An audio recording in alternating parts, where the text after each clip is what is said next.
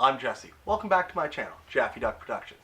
So, today we are going to be discussing, recapping, and reviewing DC's Legends of Tomorrow, episode 15 of season 3, Necromancing the Stone. So, when Malice's power over Sarah resurfaces, she unwittingly becomes the bearer of one of the totems. Rory must conquer his dark side in order to wield his own totem power to help save the crew. Meanwhile, Agent Sharp notices that something is wrong and recruits someone unorthodox to help. So, before we jump right into it, again, this is going to be filled with spoilers, so if you haven't seen the episode, come back soon. Alright, thanks. So, let's jump right in. So, we open up on a mist-filled Wave Rider. Nobody's there except for Sarah and a young girl. And, it's pretty quickly she's chasing this young girl around. She finds her. Cut up to her waking up beside Ava. It was a bad dream. They start talking, and apparently she was saying John Constantine's name in her dream. Ava asks who she is. They acknowledge that the original John Constantine, Constantine, is actually based off of, his looks are based off of Sting, back in, like, whenever he was created, I believe the 80s. So, yeah, they were talking about how they hooked up at one point. It was the 60s, everyone was getting wild. She calls Ava her girlfriend. So they all get called to the bridge and they're discussing what was going wrong, and Wally's like, it's worse than Flashpoint. Reyes goes, is that the thing Barry did? And Wally's like, yeah. Reyes like, yeah, it's something very similar. They're gonna start doing repairs in teams. Apparently Rory sleeps nude, and Wally goes and runs and gets him. Mick's like, who dressed me? It was, so Sarah sends them all off, like, Einstein somewhere. I can't even remember where Einstein was. Anyways, Wally teams up with Mick, I believe, or something. No, Mick ends up being teamed up with Ray. Anyways, so Sarah's taking on the Mona Lisa herself. She says she has a headache and says, alright, everybody disperse. Mama's got a headache. And, so at first you can't tell if it's Mollis is pushing at Sarah from the outside or if it's the death totem calling to her. Could be either or both. Come back to life. OG Black Canary's the one trying to talk her into it, because technically she was dead, I guess. Somebody just messing with her mind. She picked it up. Ray goes down. Gideon goes blind. And apparently she's not capable of rage. Well, that's something different. So, the rest of the team returns to the ship, finds out that Sarah's possessed. Well, they don't find out immediately that Sarah's possessed, but they find out that Ray's down. They get Ray to the infirmary, and Rory and... So, Zari and Wally stay with Ray.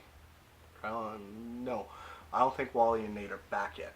But Zari stays with Ray, to make sure he's fine in the infirmary. And Amaya and Rory go after whoever's on the ship. They figure out it's Sarah. And Sarah is like in all white and like black hair. I don't know. It looks fucking awesome. She looks absolutely awesome. So she breaks Rory's gun. Apparently Amaya likes knives. She came after her with it. And decent fight. Amaya, you couldn't beat Sarah without her wielding a totem, let alone with wielding a totem. But you are learning, and I like that. I think Sarah's teaching everybody how to fight properly, which is really good. Well, she's at least teaching Zari and Amaya, or she's teaching Amaya and Amaya's teaching Zari, or something to that extent. Everybody's scared. Wally was to the rescue, so Wally and Nate got back. Goes, grabs Mick and Amaya. Scared, the Wave Rider's in lockdown. Ava called, picked up surprisingly quickly that something was wrong with Sarah. Usually with that, it's like, oh, you changed your hair, you look a little washed out. Oh, you must not want to talk to me anymore. Blah, blah, blah, blah, blah. I'm just going to go and mope. No. Ava immediately is like, yep, something's wrong. What's wrong, you idiots? Mr. Harry, would you please move? Because she's talking to them in the infirmary. Roy's inside her hologram somehow. They're all like, call Constantine. And she's like, Constantine again? Full lockdown has been initiated. They're locked in. They're all locked in the infirmary. Wally helps them escape, goes off on his own to try to take down Sarah. And she does this some sort of hallucination. But this is the only one that doesn't make sense. She is the totem bearer of death. She's the totem bearer of the totem of death. Alright, that makes sense. A little more sense. But she brings Jesse and has a conversation with Wally. He's a speed junkie with a drug addict for a mom.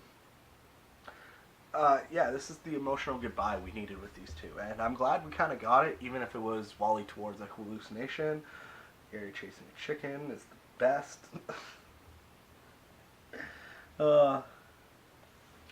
And we reveal Constantine got more information and didn't contact the legends about it. It was the death totem is linked to Mollis. The tribe of Zambesi, the lost tribe of Zambesi, chose to go with Mollis against the other tribes. So when Mollis got touched when he was in Nora Dark's body, got touched by Zari's totem, he said, "You are one of the six."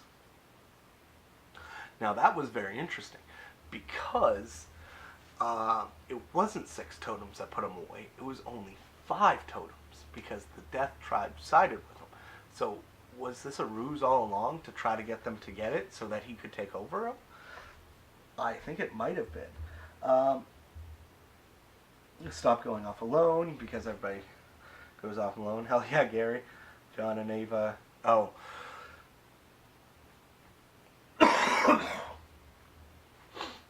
So, John and Ava are going into Mollis' dimension. John makes a joke about being connected to Sarah's soul, and Ava's like, I am too, and then Gary goes, you both slept with Captain Lance? John's like, yeah, well, I guess we have the same taste in damaged women. We have excellent taste in damaged women.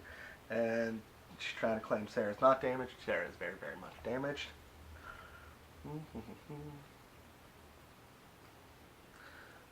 Blocked by Mollis. They're completely blocked off by Mollis from going into his dimension. Sarah had shot Wally with the anti-speedster gun. So Zari's off alone trying to disconnect the jump ship. She sees her brothers. At least her brother's actually dead. Sarah fought through for a split second. Oh, and now that was a damn excellent Doctor Who reference. What did he say? Constantine was trying to figure out how to find the Wave Rider. And he's like, I might be British, love, but my card says magician, not doctor. That jumps around and time travel, blah, blah, blah. And they're like, Doctor Who? Precisely. I'm like, the best Doctor Who reference I've ever had in this show. Like, in any show, really. That's just top. You have a foot, but not a phone. Ava playing off Constantine is hilarious. Oh god, Gary. I love Gary. Gary just shines in this episode. Ava and Constantine just going off each other because Ava is very much a straight man and Constantine is not. And just they bounce off each other really well. Gary's kind of weird. I'd love just a freaking show like this. Really, Gary, your D&D group? Track down the totem. He figured out that if they track the death totem themselves, they'd be able to find where the legends are, as opposed to try and go through the Mollusk direction. Track the totem itself, they find where the legends, they can transport onto the ship. The legends are splitting up more. Nate going for the Earth totem. Sarah and Nora are talking. Sarah... Yes, we have a flashback to Sarah as an assassin. The young girl she saw in her dream earlier was the daughter to somebody she just assassinated. And he's like, well, if you let me live, Ra's al Ghul will never have to know. Little girl dream.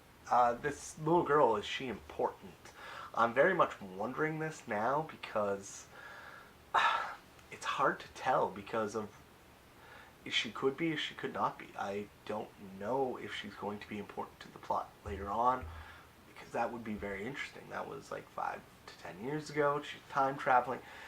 This girl could become important for a vendetta against Sarah, or somebody Sarah has to make up for. Or she could be a descendant from one of the others. Doubt that, but she could have. Zari could be one of her descendants. That could be interesting. I don't know. Anyways, Nate found the totem. Was Sarah actually chosen? Yes, she was. Steal up, you prick. Nate's grandfather, again, actually dead. Sacrificed himself for it. Fire a totem next. It has been reformed. Ray did complete it. Yep, Nick gets fire totem. And so at this time, B team gets in.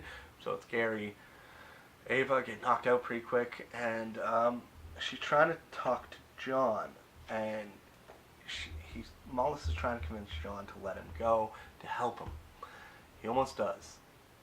He pretends to be Astra. That Newcastle incident again, and it tears at the heart because Matt Ryan plays it off excellently. Like, I'm going to jump to the end, near the end of this episode real quick. You know what, I'll get to that later. But just Matt Ryan pulls it off excellently.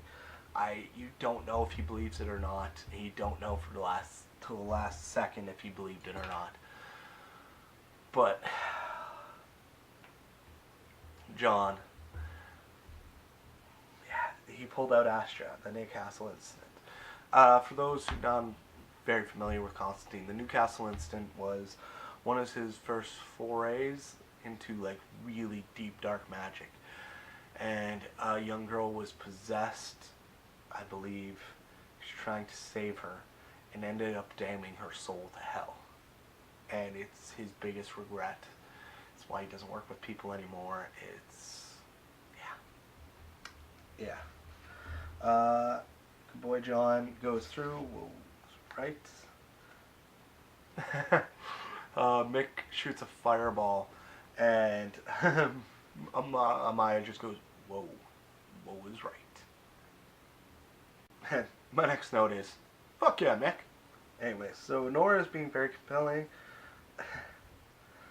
and she's like, "Oh, do you want to go quietly?" Blah blah blah. I can't even remember what exactly she said. All I know is my note was, when did a legend ever go quietly? Atta girl Sarah. John getting a light off Mick, which is hilarious. Cut over to John, Constantine, and Sarah having a chat. It's actually kind of heartwarming, and she says something like, "Oh, you should come on here more often." Yeah, and he says it's tempting. It's more than tempting. More John Constantine. More John Constantine. I want a couple episodes every year in each show. Come on. More John Constantine. Sarah and the team are good. Sarah and Ava. It's actually heartbreaking when she breaks up with Ava. John tells her not to hurt her. Oh no, that note. This spot is reserved for Sarah's girlfriend or something like that. And we cut down, and the end is Gary telling this story through his D&D group, to his D&D group. And it cuts over to John Constantine playing with Gary. Why? I have no idea. Because Gary gave him the idea, and from his D&D group to how to track down the legends. All right, so I love it. I want more John Constantine.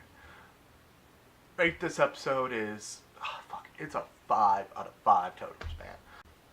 Now you could really argue 3 or 4 like quality episode stuff, but for the moments of really good acting between the characters, seeing Ava and Gary act with Constantine, and the fact that Constantine's in it, I enjoyed myself thoroughly throughout this episode, and I cannot wait for more. I love the legends. I love John Constantine joining them for a bit. More, please, more, please, more, please. So that's 5 out of 5 totems. So that's it for this week's DC's Legends of Tomorrow. So if you like this video, like it. If you want to join in the discussion down below, let me know what you think down in the comments down below. If you haven't subscribed already, subscribe. And yeah, alright. I love you guys. See you later.